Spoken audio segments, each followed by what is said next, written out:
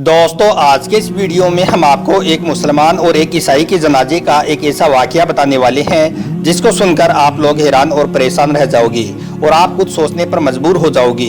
इसलिए दोस्तों आज का यह वीडियो आपके लिए बहुत खास है। आप इसको आखिर तक जरूर देखना और आपको अच्छा लगे तो मेहरबानी करके अपने दोस्तों में शेयर भी कर देना ताकि ज्यादा से ज्यादा लोगों तक यह इबरतनाक वाकया पहुंच सके। तो चलिए दोस्तों शुरू करते हैं। दोस्तों किसी ज़माने में एक बहुत ही बड़ा आबिद शख्स रहता था जो हर वक्त अल्लाह ताला की इबादत में मशगूल रहता था। सब लोग उस शख्स का बहुत एहतराम किया करते थे। इस परहेजगारी की वजह से उनको लोगों का पेशवा कहा जाता था। जब उसकी मौत का वक्त करीब आया तो उसने अपने लोगों को अपने पास बुलाया और उनको कहा, ए लोगों, मेरा आखिरी वक्त करीब आ गया है।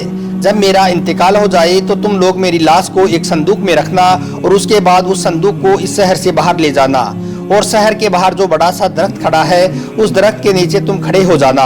वहाँ पर थोड़ी देर के बाद कुछ ईसाई एक जनाजा लेकर आएंगे तो तुम लोग उस जनाजे को अपने साथ ले लेना और मेरे जनाजे को तुम उन ईसाइयों के हवाले कर देना। यह सुनकर लोग बड़े हैरान और परेशान हुए और उस आबिद शख्स से पूछने लगे, हजरत आप यह वसीयत हमें क्यों कर रहे हो और ऐसा करने से फिर क्या होगा? तो यह सुनकर उसने कहा, वो ईसाई मेरे जनाजे को ईसाइयों के कब्रिस्तान में ले जाएंगे और वो लोग मुझे ईसाइयों के तौर तरीकों से मुझको अपने कब्रिस्तान में दफन कर देंगे और तुम लोग उस ईसाई के जनाजे को अपने साथ ले आना और उसको मुसलमानों के तौर तरीकों से अपने कब्रिस्तान में उसको दफन कर देना। दोस्तों जब लोगों ने उनके मुंह से ऐसा सुना तो बहुत हैरान हुए और पूछने लगे, हुजूर इसका राज क्या है? तो उसने कहा कि मैं अभी तुम लोगों को इस राज के बारे में नहीं बताऊंगा, क्योंकि अगर मैंने तुम लोगों को इसके बारे में बता दिया तो तुम लोग मेरे जनाजे को उठाने से इनकार कर दोगे। इसलिए मैं तुम लोगों को इसके बारे में अभी कुछ नहीं बता सकता। ये राज तुमको उसी वक्त पता चल जाएगा जब तुम उस ईसाई के जनाजे को अपने साथ लेकर आओगे।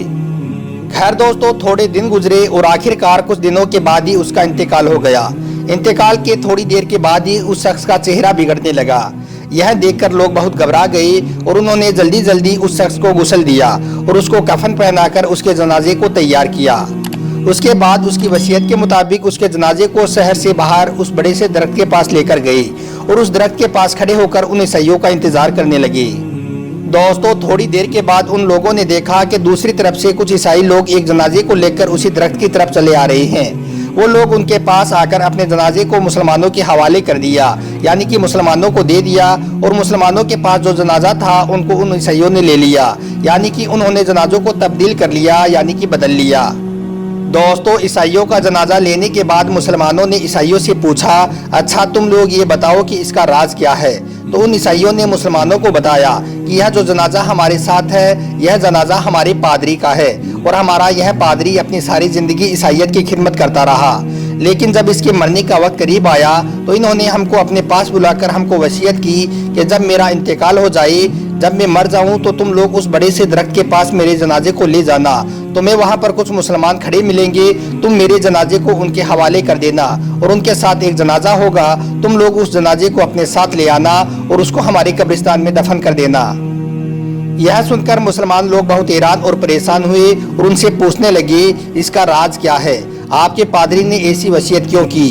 तो उन ईसाइयों ने मुसलमानों को बताया कि हमारे पादरी ने हमें बताया कि मुसलमानों के साथ जो जनाजा होगा वो एक बहुत ही बड़े आदमी का होगा, वो मुसलमानों का एक बहुत बड़ा शेख होगा, मगर वो जब मरेगा तो वो ईसाई होकर मरेगा, इसलिए उसके जनाजे को तुम ईसाइयों के कब्रिस्तान में ईसाइयों के तौर तरीकों से दफन कर देना और मैं जब मरूंगा तो मैं मोमिन होकर मरूंगा, इसलिए मेरे जनाजे को तुम लोग मुसलमानों के हवाले कर देना ताकि मुसलमान मुझको मुसलमानों के तौर तरीकों से अपने कब्रिस्तान में दफन कर सके।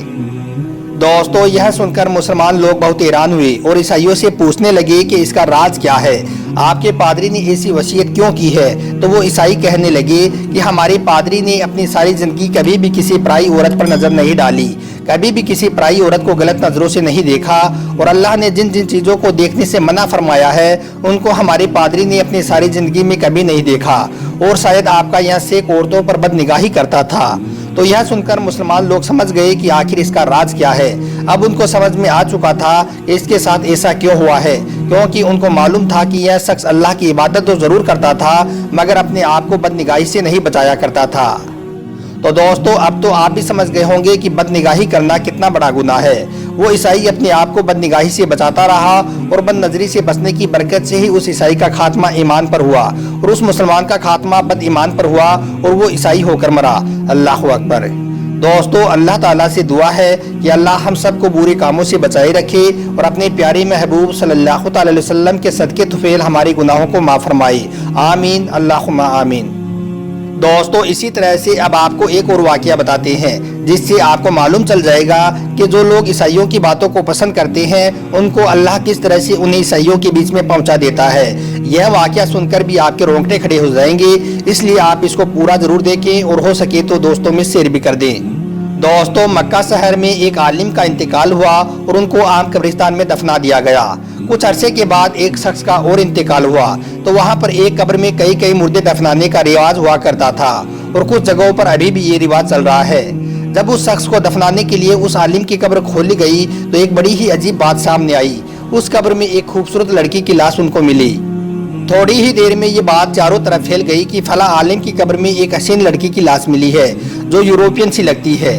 इत्तेफाकन वहाँ पर यूरोप का एक मुसलमान सहाबी मौजूद था।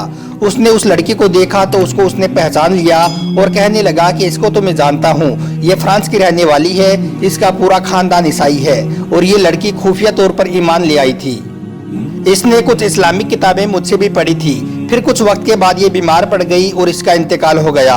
इसके घर वालों ने इसे वहाँ के कब्रिस्तान में ईसाइयों के तौर तरीकों से दफन कर दिया, लेकिन अब इसकी लाश यहाँ पर कैसे पहुँची ये समझ के बाहर है। तो लोगों ने कहा कि इसकी मैयत यहाँ पहुँची, ये बात तो समझ में आ गई कि ये नेक और मुसलमान थी, लेकिन आलिम साहब की मैयत कहाँ पर गई।